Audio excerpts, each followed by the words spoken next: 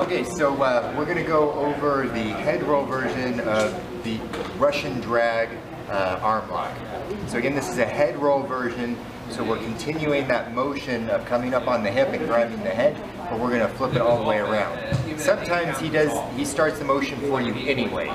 So sometimes you're forcing it, sometimes he's just kind of flopping on his side anyways, and you're just going with the motion. So we're here again, he's in the guard, he pops one leg up, okay? I'm going to shrimp to the side, and I'm going to catch as deep as I can.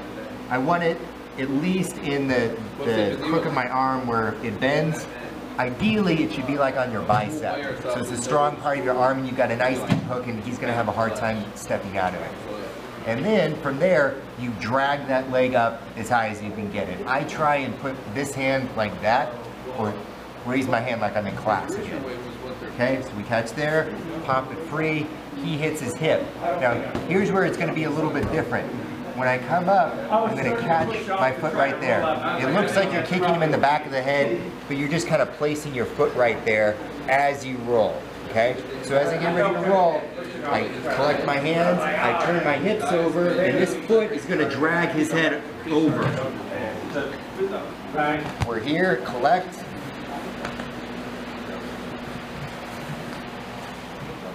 Why roll him over? Well, sometimes you can't get your foot all the way over. Sometimes he's falling over. Sometimes it's just not a good position that you're in. So you want to get back into that better position, which is usually the leg press, where I'm facing up and he's facing up. Okay? Turn this back over that way if you can. We're here again, he pops that leg up, go through, drag it, And you're going to want to push shin up into his head, back over this way, hips up, and roll. So I can't skin bone and muscle. I have it. Okay. And they're long. Now, They're long. we're going to move back here a little bit for some more space.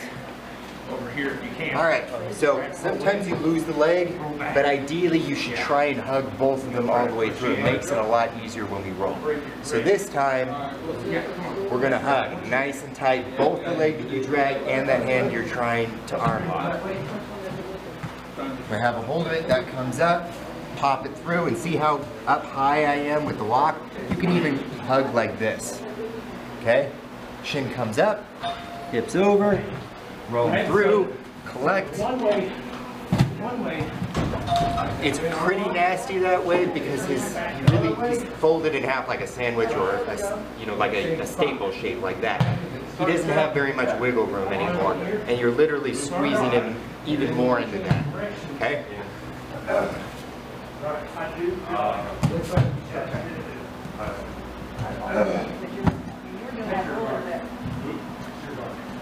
Now in that one, Derek, you didn't catch the head. You forgot the head. So really at this point, you can see you don't always have to catch that head. It's advantageous if you do. Yes. Because sometimes you can catch the roll. Do that again one more time. I know you just did that without thinking, but popped it, come there. When you get used to this a lot, you're already on that hip. So it's really just one step to get that big hip turn, collect, and then just roll. My hips or my heels were in the entire way through. He's ready to tap right in there. But we would like to put the instep, the top of your foot on the back of his head, because that helps steer him over. Yes. If you don't do that, you can still get the move just like you showed. Can you do it the way we were showing originally? Unlace it. And this is our more standard way of catching and rolling there. There you go. So either way works, because even the head roll juji, you don't necessarily have to have your instep or the back the top of your foot on the back of his head. However, and I'm glad you mentioned that, but the important thing to remember there is not that we're being like purists about the technique. It's when you're starting out, it's a heck of a lot easier to do it that way with the instep on the back of the head, as well as if Mike was maybe 30, 40 pounds heavier than me. Getting him to do this, especially when I'm starting out and I don't really know this move too well, it's going to be pretty imperative to push his head to get him to go over. Right. Right. Can you do it break normal speed? Right? Good. And then the other way. And there's the, And you, again, we might note you could do this no gi. We're wearing jackets and full judo gi tonight, but you could do this with no gi as well. It's just there's some sweat, so that's why if you've got an opponent who is sweaty, stay close, stay contact, make all those tight, you know, tight control points and keep them there. If you are doing it in a no gi scenario, then again, like control is a huge thing. So we're either going to be, yeah, we can do it.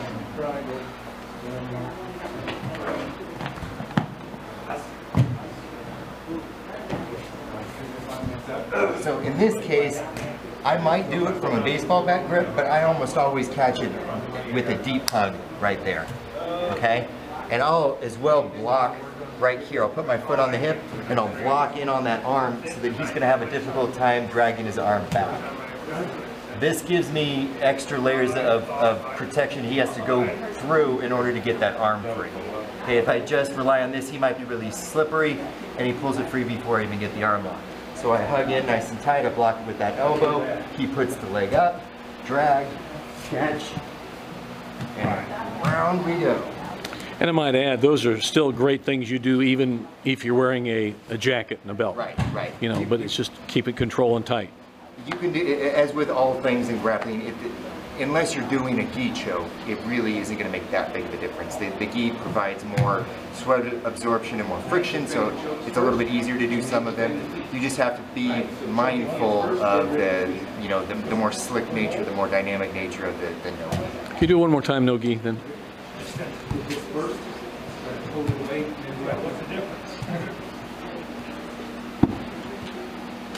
There we go. And that is the what we call the Russian drag, and head roll Juji Gatame variation of the Russian drag. Okay, thanks guys.